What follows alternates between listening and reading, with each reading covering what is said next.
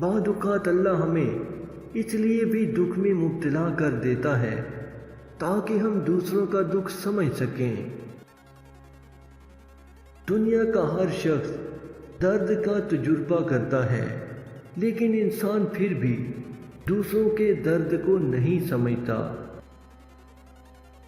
اپنے حصے کی غلطی کا اعتراف کر لینا کسی بھی مسئلے کے حل کی طرف پہلا کامیاب قدم ہوتا ہے۔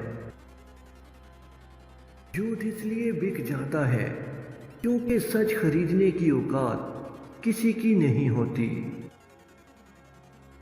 دنیا میں سب سے زیادہ مطمئن لوگ وہ ہیں جنہیں اپنے معاملات اللہ تعالیٰ کے سپرد کرنے کی عادت ہو۔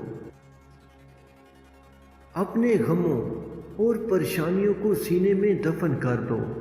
اگر انہیں چہرے پر سجاؤ گے تو کمزور ہو جاؤ گے۔ کمال بات یہ ہے کہ لفظوں سے ہی خاموشی ٹوٹتی ہے اور لفظ ہی خاموش کر دیتے ہیں۔